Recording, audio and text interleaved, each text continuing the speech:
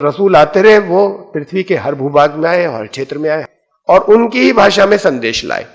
ईश्वर का संदेश उन्हीं की भाषा में आया जहां पर आया। ये मोहम्मद सल्लल्लाहु अलैहि वसल्लम, हजरत मोहम्मद आखिरी अंतिम ईशदूत थे जो अरब देश के अंदर आए, संदेश अरबी भाषा के अंदर आया। और अंतिम इसलिए थे, इस पर सबसे ज्यादा प्रश्न आते हैं। जो कुछ संदेश वो लाए वो अक्षरशः सुरक्षित रहा उसके बाद। उससे पहले सुरक्षित रहने के लिए दुनिया विकसित नहीं हुई थी, इसलिए कि विकास की प्रक्रिया चल रही थी, मानव का विकास भी चल रहा था। पहले रिकॉर्ड सेफ नहीं रहता था, लोग सिर्फ जबानी याद करते थे, सुन लेते थे, याद कर लेते थे। याद कर लेने वालों में दो तरह की बातें होती थी। सचमुच भी भूल जाते थे, बहुत सी चीजें भूल गई जो किसी ने, बड़े लोगों ने कही थी। और ऐसा भी होता था, उन्हीं में ऐसे लोग भी निकलते थे जो जानबूझकर चीजें मिला देते थे अपने स्वार्थ के लिए। तो दोनों तरह की चीजें होती थी। लेकिन अब आज का जैसे समय है, आज जो कुछ गीता में लिखा है उसे बदला नहीं जा सकता। कहीं बदला जाएगा, पकड़ जाएगा। आज जो कुछ, अगर कहीं किसी धर्म की जिस पुस्तक, जिस ग्रंथ के अंदर जो कुछ लिखा है, आज उसे बदला नहीं जा सकता। जहां भी बदला जाएगा, रिकॉर्ड में है, दुनिया में तरह तरह के रिकॉर्ड में, वो फौरन पकड़ा जाएगा कि ये आपने बदल दिया, इसके अंदर आपने चेंज कर दिया। तो वो समय जब आया कि जब इंसान अपने विकास के उस समय में दाखिल हो रहा था जिसे हम साइंटिफिक एक्सप्लोजन कहते हैं, उस समय में जब आ रहा था, उस समय पर फिर अंत किया गया इसका, इसलिए कि उसके आगे फिर आवश्यकता नहीं है। उनका काम यह नहीं था कि वो सारे लोगों को वो खुद बदल दें, न उनकी ये शक्ति थी कि वो लोगों को बदल दें। वो संदेश एक लेकर आए थे, वो संदेश भी सुरक्षित था और उनके जो जीवन की घटनाएं हैं वो भी इतिहास के अंदर सुरक्षित रहीं। उससे पहले की चीजों के अंदर बहुत से लोगों ने मिलावट कर दी थी। तो जो कुछ आता रहा बार बार, अगला जब ईशदूत आता था तो मूलतः वही संदेश लाता था जिसके अंदर पहले से बिगाड़ हो गया, उसे दोबारा ठीक करके।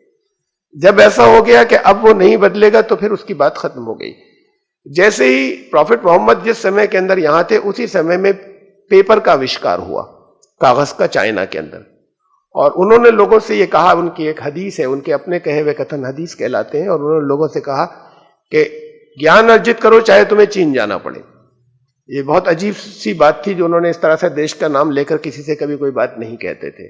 बहुत से लोग समझ में नहीं आए, लेकिन बहुत से उनके साथी जो थे, सत्संगी कहलाते साहबा, वो चले गए चीन, चाइना, और फिर वहां बहुत कुछ सीखा उन्होंने। और वहां से वो पेपर का इन्वेंशन बिल्कुल उसी समय में हुआ था, वो लेकर आए। वो इन्वेंशन तो चाइना में हुआ पेपर का, लेकिन पेपर इंडस्ट्री मुस्लिम वर्ल्ड में डेवलप हुई, वो चाइना में नहीं हुई। इन्होंने फौरन पेपर का यूज शुरू किया और कुरान जो है वो पेपर के ऊपर लिख लिया गया।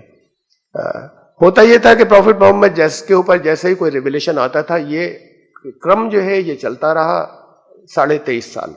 उन जैसे ही कोई अवतरण होता था या रिविलेशन आता था, वो अपने जो उनके लिखने वाले थे उनको वो डिक्टेट करा देते थे बोलकर, और फिर दोबारा सुन लेते थे तुमने क्या लिखा। उनको पढ़ना नहीं आता था, ना लिखना आता था, ना पढ़ना आता था। उन पर जो कुछ आता था वो बोल देते थे और उनको सुनाया जाता था कि ये लिखा, और उसको वो वेरीफाई कर देते थे कि हाँ ठीक लिख लिया तुमने।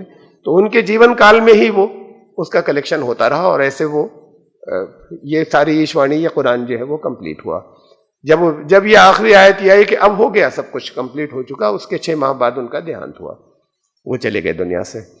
तो उसके बाद अब जो कुछ भी बताया गया, ये हम इस बात पर हम आस्था रखें, कुरान ये कहता है कि हम सारे रसूलों में ईमान लाएं।